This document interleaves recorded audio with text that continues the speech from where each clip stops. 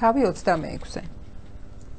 ყველა ეს სიტყვა რომ დაასრულა, იესომ თავის მოწაფეებს უთხრა: თქვენ იცით, რომ 2 დღის შემდეგ პასექი დადგება და კაცისძე მიეცემა ჯვარზე საცმელად. მაშინ შეიკრიბნენ მღვდელმთავარნი და ხალხის უხუცესნი კაიაფად წოდებული მღვდელმთავრის ეზოში.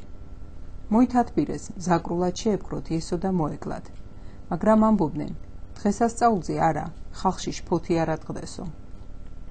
როცა იესო ბეთანიაში იყო სიმონ კეთროვნის სახლში, მივიდა მასთან დედაკაცი, მოიტანა ძვირფასი ნელსაცხებელი ალებასტრონით და სუფრასთან მჯდომს თავზე მოასხა.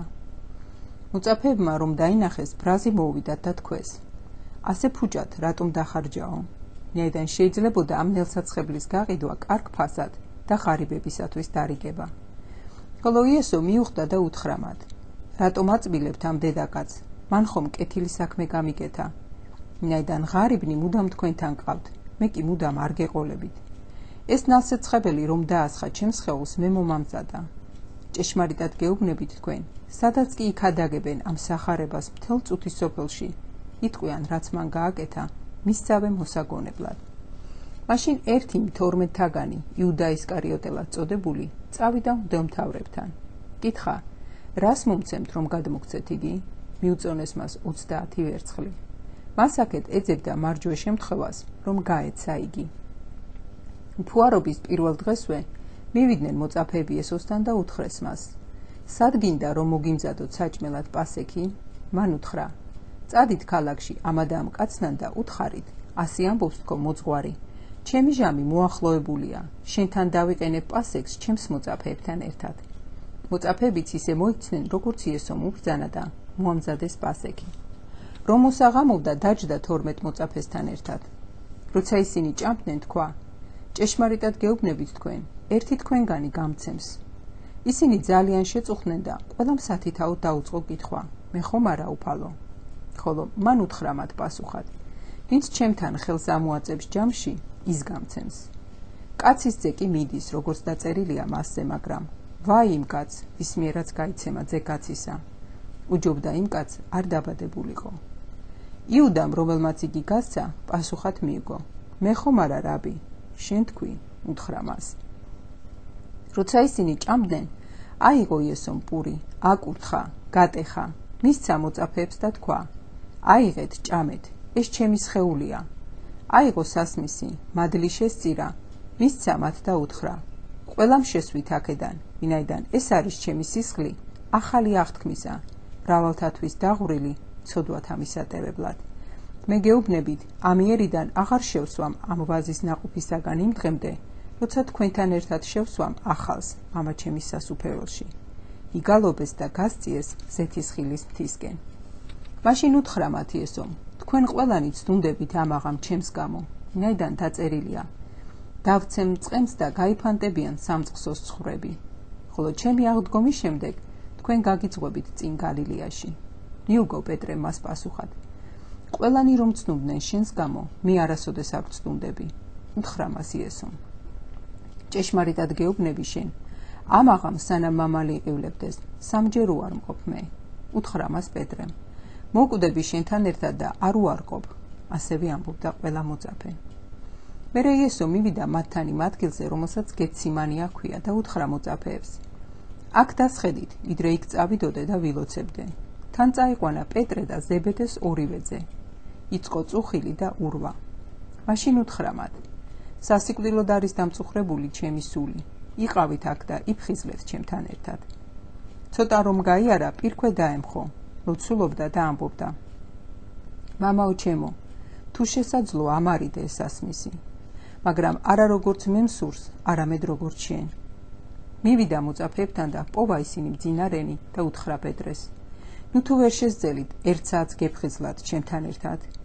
იფხიზლეთ და ილოცეთ, რომ არ ჩავარდეთ განსაცდელში.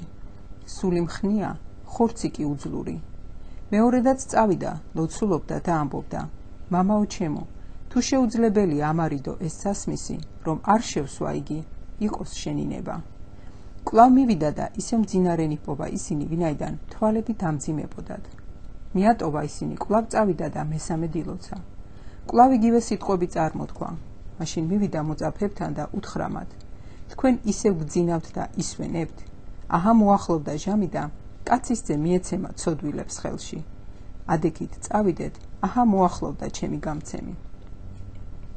ჯერ სიტყვა არ დაესრულებინა, რომ აჰა, მოვიდა იუდა, 1-12 და მასთან ერთად დიდძალი ხალხი, מחვილებით და კეტებით, მღვდელმთავართაგან და ხალხის უხუცესთაგან. ხოლო მისმა გამცემმა მისცა მათ ნიშანი და უთხრა: ვისაც მე ვეამბორები, ის არის იგი და შეიპყარით. მყისვე მივიდა იესოსთან და უთხრა: გიხაროდეს რაბი, და იამბორა.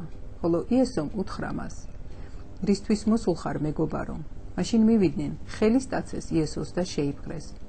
და აჰა, ერთ-ერთმა იესოსთან მყოფმა ხელი მიიღო, იშიშვლა მახვილი, დასცხო მღვდელმთავრის მონას და ყური ჩაათალა.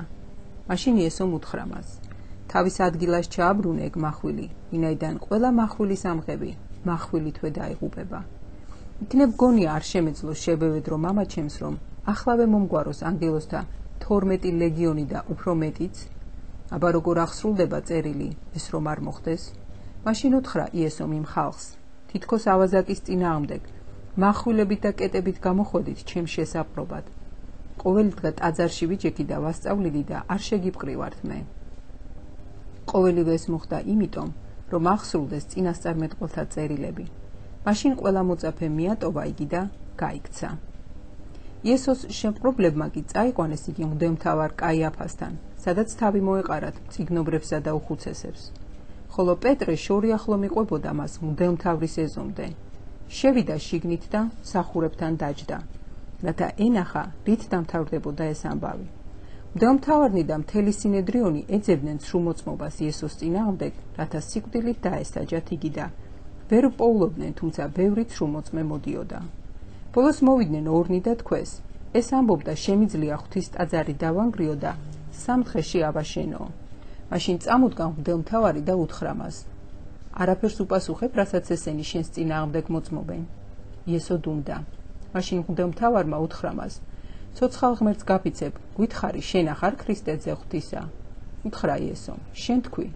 მაგრამ მე გეუბნებით თქვენ, ამიერიდან იხილავთ კაცის ძეს, ძალის მარჯვნივ მჯდომარეს და ცის ღრუბლებზე მომავალს.